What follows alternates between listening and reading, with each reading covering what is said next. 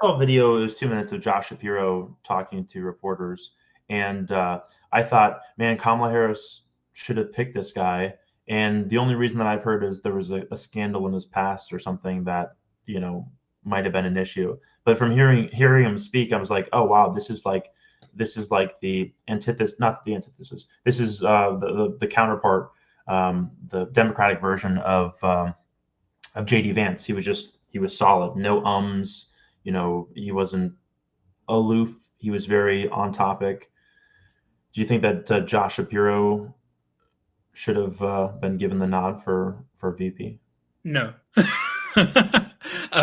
So first, the JD Vance thing I don't really get because like he was all kinds of awkward during that entire campaign. Like he was, if anything, albatross on him because he had the lowest approval rating of like any vice president. The only thing that brought it up was during that debate with Tim Walz.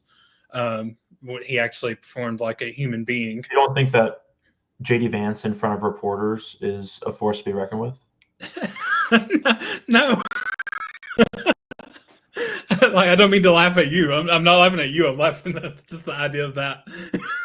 What about JD Vance? What don't I feel like So like they ask him like, what do you enjoy in your personal life and in like outside of politics? And that was a chance for him to humanize himself. What makes you smile? What makes you happy? Well, I smile at a lot of things, including bogus questions from the media, man. Like he's way aggressive for like no reason at all. He says things in the media like about childless cat ladies and like all this stuff, like doing interviews or anything like that. Constant, but he constantly has his foot in his mouth. Like he said that single people should pay higher taxes. We need to reward the things that we think are good and punish the things that we think are bad. So you talk about tax policy. Let's tax the things that are bad and not tax the things that are good. If you're making $100,000, $400,000 a year, and you've got 3 kids, you should pay a different, lower tax rate than if you're making the same amount of money and you don't have any kids. It's that simple. A bunch of childless cat ladies who are miserable at their own lives and the choices that they've made. that is something you disagree with him on policy. I'm talking about how he's acts in front of. I mean, so you mentioned something about a question about his personal life that you didn't think that he handled well. I'm really not too concerned with those questions. I'm talking about more like policy issues. The question that was asked of Josh Shapiro was something in his lane of what he does for a living. It was what he thought about Joe Biden pardoning a judge. It was very on topic, in the realm of relevancy. But I mean, you mentioned.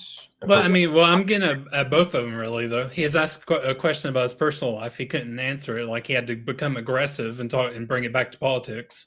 I mean, like so. What about the other 99% of the time? So on the personal side, like on the personal side, he goes to the donut shop. He can't talk like a normal human. I saw that. Okay, I saw that. Look, I will call a spade a spade. That was really weird. It was awkward. The lady's like asking him what donuts he wants. He's like, whatever makes sense. And it's like, that doesn't make sense.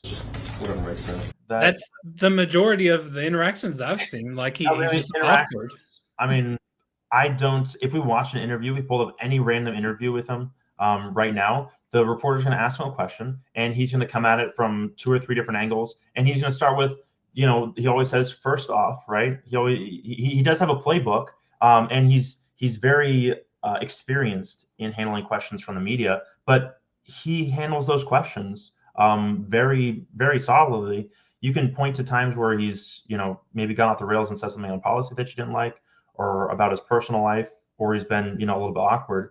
But I think that the vast majority of his experience in front of the camera, in front of a lot of, I'd say, antagonistic reporters, because I think that, I don't know if I've seen Tim Walz, have questions asked of him on a regular basis that are confrontational, right? But JD Vance has to constantly bat away these, leveraged questions that are asked by the media that aren't asked to paint him in the best light. So I think that they're playing 2 different games, and one of them is a downhill game for Tim Walz, or was, and the other one's uphill, very much so, for JD Vance. And I think that he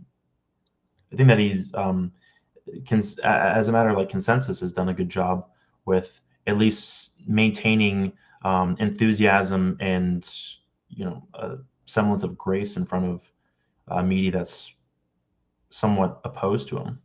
Would you disagree? No, I don't see that. I see overly aggressive and I see awkward.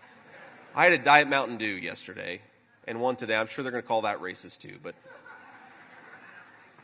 it's good. I love you guys.